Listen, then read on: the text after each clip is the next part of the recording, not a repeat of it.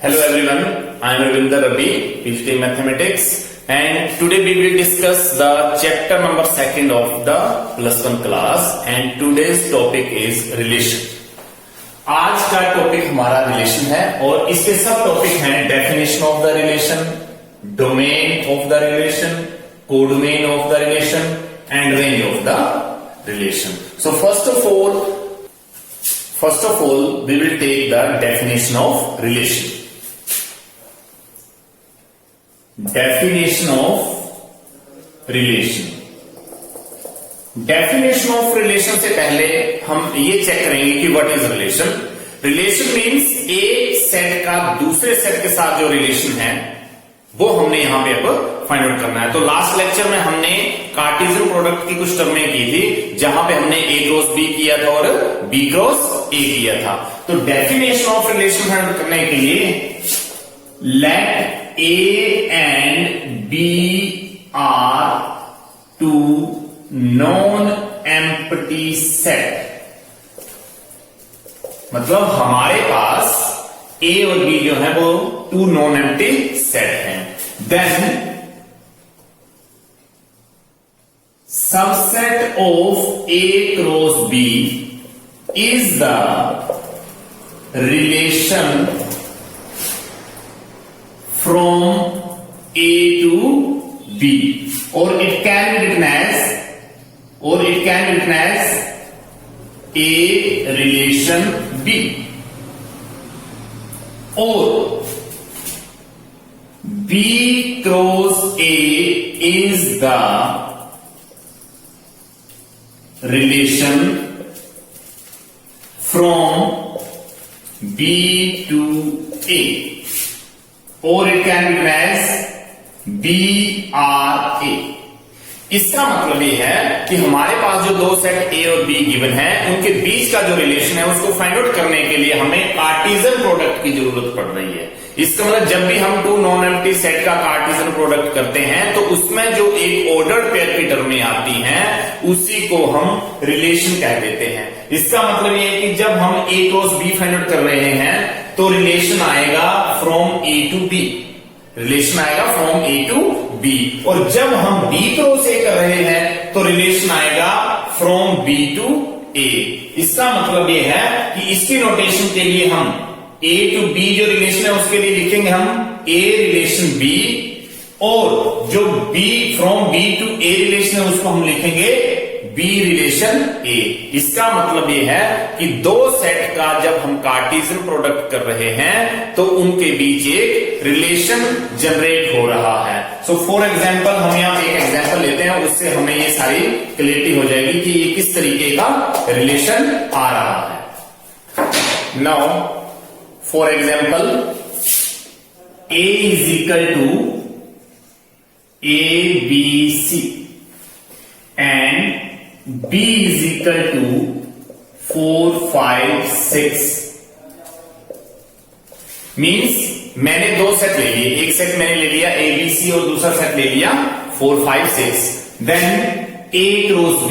अगर मैं इसका A cross B find out करता हूं तो मेरे पास 9 पेयर आ जाएंगे. क्यों? Because the number of element in A is equal 3 and number of element in B is equal 3. It means 3 multiply 3 करके 9 एलिमेंट आ जाएंगे. It means A B C cross 4, 5, 6. Now it can be written as, जब हम इसका Cartesian product करेंगे, A4 A5 A6. Similarly B4 B5 B6. Now C4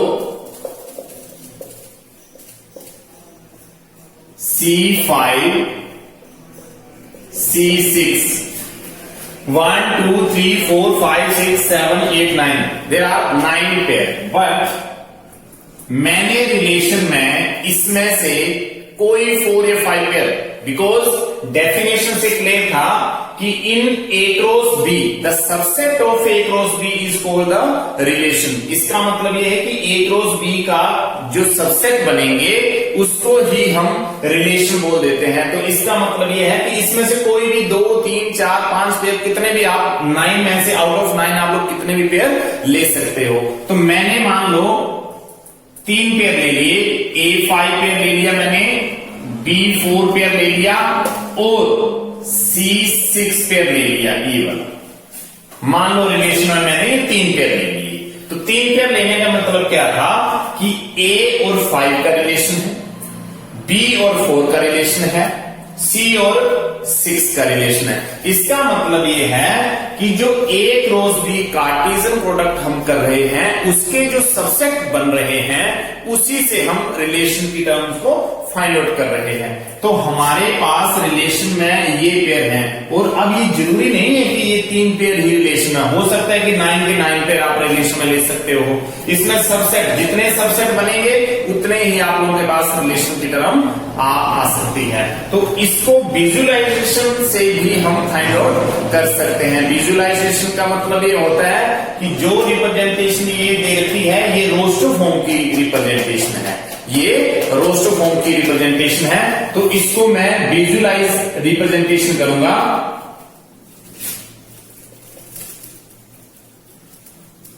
visual representation, इसका मतलब यह है कि ये मेरे पास फर्स्ट एलिमेंट का सेट बनेगा जो कि ए सेट बन रहा है और ये मेरे पास सेकंड का बनेगा जो कि बी सेट है। इसका मतलब ए के एलिमेंट ए बी सी, ए दूसरा बी तो तीसरा सी। इसका मतलब फर्स्ट सेट के जो एलिमेंट है वो मैंने फर्स्ट में लिख दिए और सेकंड के जो एलिमेंट हैं 4, 5, 6 यहां लिख दिए। तो इसका मतलब फर्स्ट रिलेशन क्या बन रहा है मेरे पास A5, A5 का मतलब B4 ये रिलेशन बन गया और C6 तो ये रिलेशन का विजुअलाइज रिप्रेजेंटेशन है। मतलब हम किसी भी रिलेशन को विजुअलाइजिंग रिप्रेजेंटेशन में लिख सकते हैं और इसी को हम एरो डायग्राम भी कह सकते हैं। एरो डायग्राम,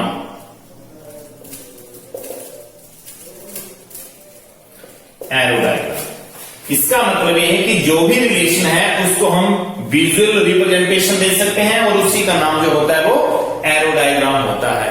तो इसका मतलब ये कि जो कार्टेशियन प्रोडक्ट में हमारे पास पेयर आ रहे हैं जिनको हम ऑर्डर्ड पेयर बोलते हैं, उन्हीं के जो सबसेट बनते हैं उसी को हम रिलेशन बोल सकते हैं। तो इसका मतलब डेफिनेशन यही होती है कि जब हम A क्रॉस B कर रहे हैं कि इन A cross B the subset of A cross B is called the relation. और यहीं से हमारा एक डोमेन और रेंज का कॉन्सेप्ट आ जाएगा। तो रेंज और डोमेन का कॉन्सेप्ट करने का मतलब यह है कि जो ऑर्डर्ड पेयर का फर्स्ट एलिमेंट है, जो ऑर्डर्ड पेयर का फर्स्ट एलिमेंट है, मींस इस रिलेशन की बात करें, domain of relation, domain of relation. इसका मतलब जो मैंने रिलेशन बनाया है इसके पेयर हैं A5, B4, C6। इसका मतलब यह है कि ये जो डोमेन आ रहा है, domain means first entry of ordered pair is called domain. इसका मतलब किसी भी ऑर्डर्ड पेयर का जो फर्स्ट एलिमेंट आएगा, फर्स्ट एंट्री आएगी, उसको हम डोमेन ऑफ द रिलेशन कह सकते हैं। सपोज करो इस रिलेशन में अगर डोमेन की बात करें तो डोमेन का जो सेट आएगा वो first element A B C, A B C, ये डोमेन का सेट है हमारे पास। ये जो है हमारे पास वो डोमेन का सेट है। और इसी से रेंज का एक कॉन्सेप्ट आएगा, रेंज का मतलब ये है कि second entry of ordered pair is called range. और इस कॉल्ड रेंज का मतलब यह है कि अब हमारे पास सेकंड एंट्री यहां पे 5 है, यहां पे 4 है, यहां पे 6 है। तो अगर मैं रेंज का सेट लिखना चाहूं, now the range mean the second entry of the ordered pair, it means 5, 4 and 6, 5, 4 and 6. This is the range of this relation, and this is the domain of this relation. इसका मतलब ये है कि जो first entry है हमारे पास order pair की, जो फर्स्ट एंट्री है वो डोमेन है, सेकंड एंट्री जो है वो रेंज है। और now our next topic is codomain.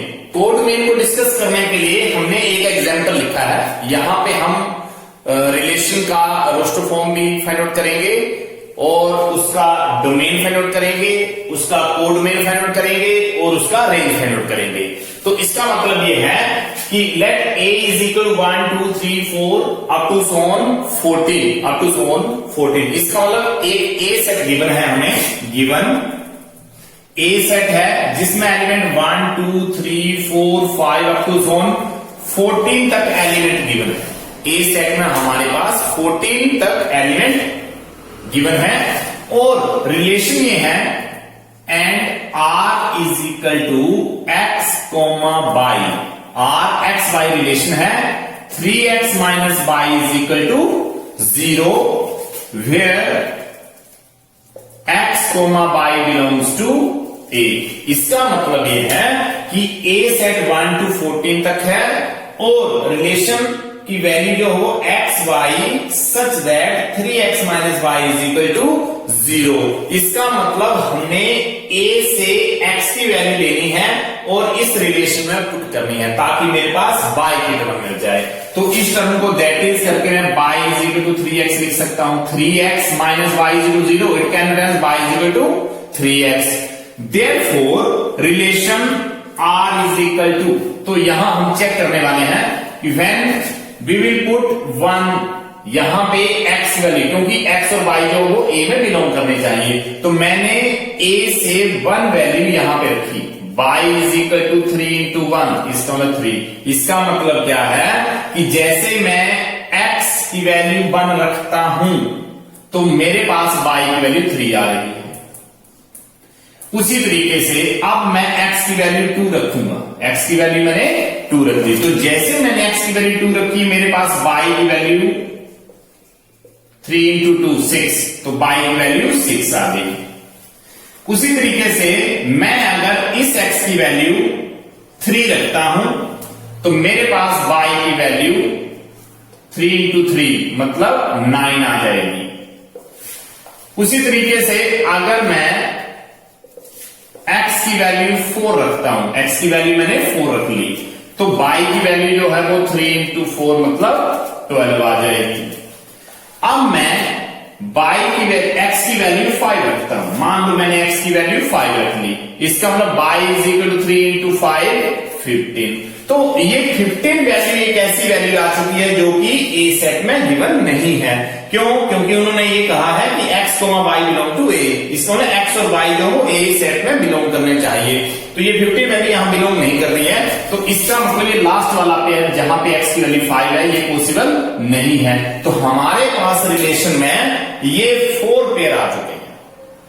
इसका मतलब जो मेरे पास ये रिलेशन की डिफाइनिंग दे रखी है, या हम इसको मैपिंग भी बोल सकते हैं, R is equal to this is the set builder form of the relation, जो कि हमने सेट में कर रखा है। ये सेट बिल्डर फॉर्म है रिलेशन का, इसमें x, y टाइप के पेयर आएंगे और जो इस इक्वेशन को सेटिस्फाई कर रहे हैं, और x और y की वैल्यू जो है वो इस ए सेट में आनी चाहिए। तो हमारे पास ये 4 ही पेयर आ रहे हैं। तो 4 पेयर आने पर हमारे पास क्वेश्चन में क्या था कि let A is equal to define a relation from set A to A। इसका मतलब हमने सबसे पहले तो रिलेशन R को डिफाइन कर दिया फ्रॉम A टू A, मतलब A से A में ही एलिमेंट रह रहे हैं ये, तो ये रिलेशन R आ चुका है। अब हमारे पास इट्स डोमेन, इसका डोमेन फाइंड आउट करना है। तो इसका अगर मैं डोमेन लिखना चाहूं, इसका डोमेन जो है वो डोमेन है आप लोगों के पास first entry of the ordered pair. First entry of the ordered pair का मतलब 1 2 3 4, 1 2 3 4, ये इसका डोमेन है। अब हम अगर रेंज की बात करें तो रेंज की बात का मतलब ये कि second entry of the ordered pair is equal to range. इसका मतलब 3 6 9 12, ये सारी एंट्री सेकंड एंट्री है। इसका मतलब मैं लिखूंगा 3 कोमा लिखूंगा 6 कोमा लिखूंगा 9 कोमा लिखूंगा 12। इसका मतलब डोमेन और रेंज हमारे पास आ चुके हैं। अब हमारे पास आता है कोडोमेन का कॉन्सेप्ट। कोडोमेन का कॉन्सेप्ट आने के बाद हमारे पास कॉन्सेप्ट आता है कोडोमेन का। तो कोडोमेन को हम फाइंड आउट करने के लिए इसका विजुअलाइज रिप्रेजेंटेशन कर सकते हैं। तो हमारे पास ये फर्स्ट सेट है डोमेन का, जिसमें एलिमेंट है 1 2 3 4, और ये सेट है हमारे पास कोडोमेन का। कोडोमेन में एलिमेंट क्या थे, जो टोटल हमारे पास गिवन एलिमेंट थे वो थे 1 2 3 4 5 6 7 8 9 10 11 12 13 14। इसका मतलब ये था कि जो हमारे पास ये वैल्यूज दे रखी थी, तो यहां पे ये वाला टर्म जो है, ये वाली टर्म जो है वो है हमारे पास डोमेन, और ये वाला है कोडोमेन। इसमें क्या हो रहा है कि जो डोमेन के पॉइंट 1 2 3 4 आ रहे हैं, जैसे मैंने 1 पुट किया था तो y वैल्यू 3 आ रखी थी, ये हमारे पास x डिनोट कर रहा है और ये y डिनोट कर रहे हैं हमारे पास, ठीक है। इसका मतलब ये है कि यहां पे ये x और ये y, इसका मतलब 1 के साथ 3, 2 के साथ 6, इसका जैसे मैंने 2 वैल्यू पुट की थी y वैल्यू 6 आ चुकी थी, 3 वैल्यू पुट करने पर 9 आ रहा था, ये 3 वैल्यू पुट करने पर 9 आ गया, और 4 वैल्यू पुट करने पर 12 आ गया, तो ये वैल्यू 12 आ गई आप लोगों के पास। इसका मतलब ये है कि डोमेन का पॉइंट, मतलब जो जहां पे हम x पुट कर रहे थे, तो हमारे पास कुछ वैल्यू जो है कोडोमेन की रेंज में आ गई, मतलब 3 6 9 और 12 जो वो रेंज में आ चुके थे, तो ये रेंज की वैल्यूज आ गई। इसका मतलब ये पूरा का पूरा सेट जो है वो कोडोमेन का है, जिसमें से रेंज निकल कर आ रहा है। इसका मतलब 1 2 3 4 5 अप टू सोन 14, ये सारे के सारे पॉइंट जो हैं, ये सारी सारी वैल्यू जो हैं वो कोडोमेन की हैं। इसका मतलब ये है कि डोमेन के साथ जो पेयरिंग हो रही है, डोमेन के साथ जो पेयरिंग हो रही है वो पॉइंट तो होंगे रेंज में, इसके अलावा बाकी सारे जितने भी बचते हैं रेंज के साथ, बाकी और जितने भी बचते हैं वो सारे के सारे कोडोमेन में आ जाएंगे।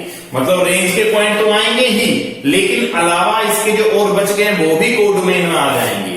तो इसका मतलब यह है कि डोमेन, रेंज और कोडोमेन। तो इससे एक और ऑब्जर्वेशन निकल कर आ रही है कि रेंज जो है वो सबसेट हो सकती है कोडोमेन की, और सम टाइम जितने रेंज के पॉइंट होते हैं उतने ही कोडोमेन के होते हैं। तो इंप्लाइज करके हमारे पास रिजल्ट ये बन जाता है कि रेंज इज द सबसेट और equal set of the codomain. इसका मतलब ये है कि रेंज हमेशा ही या तो सबसेट कोडोमेन रहता है या रेंज कोडोमेन के सेट के इक्वल सेट आता है, लेकिन कभी भी रेंज जो है वो कोडोमेन से ज्यादा नहीं हो सकता। मतलब क्या है कि रेंज जो है वो कोडोमेन से बड़ा सेट नहीं हो सकता, या तो ये इससे छोटा सबसेट आएगा या तो इसके इक्वल सेट आ सकता है। तो इस तरीके से हमारे पास ये कोडोमेन का कॉन्सेप्ट भी आप लोगों ने सीख लिया। रेंज मतलब second entry of the order pair, domain मतलब first entry of the order pair, and definition of relation का मतलब ये आ गया कि A क्रॉस B में जो ऑर्डर पेयर आएंगे उसके जो सबसेट बनेंगे उन्हीं को हम रिलेशन कह देंगे। इसका मतलब वैसे तो इसके भी बहुत सारे पेयर आने वाले थे, लेकिन हमने यहाँ पे 4 पेयर लिखे क्योंकि वो गिवन डिफाइनिंग को भी सेटिस्फाई करने चाहिए। तो इसका मतलब ये है, ये कुछ रिजल्ट्स हैं जिससे आप लोगों का रिलेशन का एक्सरसाइज बहुत अच्छे तरीके से हो जाएगा। Some important result, first result है हमारे पास कि number of relation from A to B।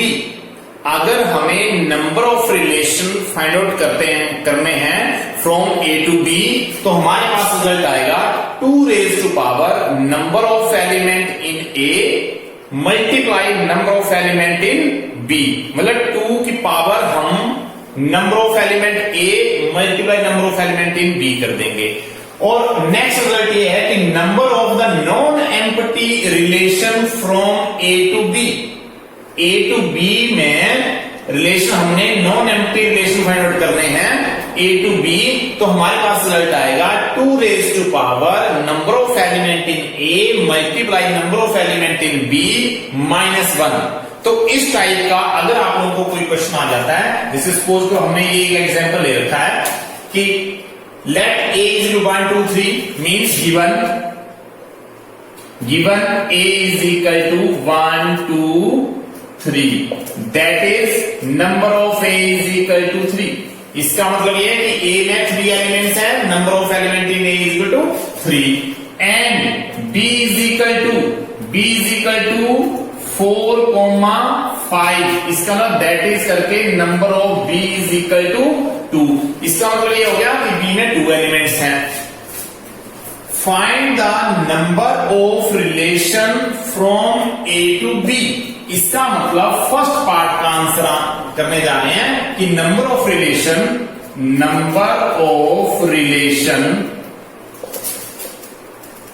From A to B is equal to 2 raise to power number of element in A multiply number of element in B। इसका मतलब 2 raise to power 3 multiply 2 raised to power 3 into 2 means 6. It means 64 is the required answer. 64 is the required answer. Now second part है number of non-empty relation from A to B. Number of non-empty relation from A to B। A to B में non empty relation find करने हैं, तो 2 raise to power number of element in A multiply number of element in B -1। It means 2 raise to power 3 multiply 2 -1। It can be written as 2 raise to power 3 into 2 means 6 -1। Now it can be written as 2 raise to power 6 का मतलब 64 और -1 it means 63। It is the required answer. इसका मतलब यह है कि number of relation from A to B जितना आएगा उसमें से 1 हम माइनस कर देंगे तो नॉन एम्प्टी रिलेशन आ जाएंगे। क्योंकि जब भी हम रिलेशन फाइंड आउट करते हैं तो टोटल रिलेशन में एक रिलेशन 5 रिलेशन जो होता है जो खाली सेट होता है। जैसे हम लास्ट चैप्टर में कर रहे थे पावर सेट, तो पावर सेट में जब हम सेट बनाते थे, सबसेट बनाते थे, तो एक सेट हमारे पास उसका 5 आता था, जैसे खाली सेट आता था। तो इसका मतलब भी यही है कि जब हम A to B relation find out कर रहे हैं तो रिलेशन की जो पॉसिबिलिटी रहेगी उसमें एक पॉसिबिलिटी एम्प्टी सेट की भी रहेगी। तो ये जो -1 हो रहा है वो इसी वजह से हो रहा है यहाँ पर। तो दीज आर सम एग्जांपल। तो इस तरीके से आप लोग इस तरीके के कुछ क्वेश्चन जो बुक में होंगे वो आप लोग कर सकते हैं। हमारा नेक्स्ट क्वेश्चन है, if R is relation is less than from A 1 2 3 4 5 to B 1 4 5। मतलब रिलेशन हम A to B find out करने वाले हैं, रिलेशन हम A to B find out करने वाले हैं। तो इस स्टेटमेंट का मतलब ये है कि ए के जो एलिमेंट हैं वो लेस होने चाहिए बी के एलिमेंट से। सपोज करो यहां पे is less than from A to B, इसका मतलब ये है कि A is less than B, A is less than B.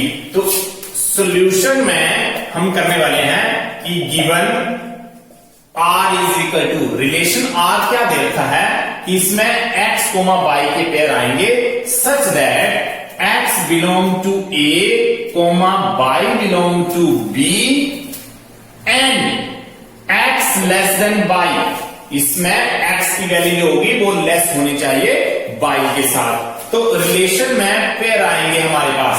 Suppose करो मैंने x एलिमेंट लिया 1 से, इसका पेयर बनेगा 1 का पेयर बनेगा 1 के साथ, लेकिन वो पेयर बनेगा 1, 1 के साथ बनेगा 4, 1 के साथ बनेगा 5। इसका मतलब हमारे क्वेश्चन की डिफाइनिंग को कौन सा पेयर शूट कर रहा है? x less than y, 1 less than 1 less than 1। ये सेटिस्फाई नहीं कर रहा है, 1 लेस देन 1 नहीं हो सकता। इसका मतलब 1 लेस देन 4, 1 लेस देन 4, इसका मतलब ये सेटिस्फाई कर रहा है। ये पेयर लेंगे हम 1 less than 4। Next 1 less than 5, इसका मतलब ये पेयर भी लेना पड़ेगा 1 लेस देन 5। नेक्स्ट 2 के साथ पेयर बनेंगे 2, 1, 2, 1, 2, 4, 2, 5। 2 लेस देन 1 सेटिस्फाई नहीं है, 2 less than 4, 2 less than 5 satisfy. इसका हमें दोनों पेयर लेने पड़ेंगे 2। नेक्स्ट करेंगे 3 के साथ पेयर बनेगा 1, 3, 1, 3, 4, 3, 5। 3 लेस देन 1 नहीं होगा, 3 लेस देन 4 होगा, 3 लेस देन 5 होगा। इसका मतलब 3, 4, 3, 5। तो इस तरीके से ये वाले पेयर आ गए। अब नेक्स्ट हमारे पास है 4 का पेयर बनेगा 1 के साथ 4, 1, 4 लेस देन 1 नहीं हो सकता, 4,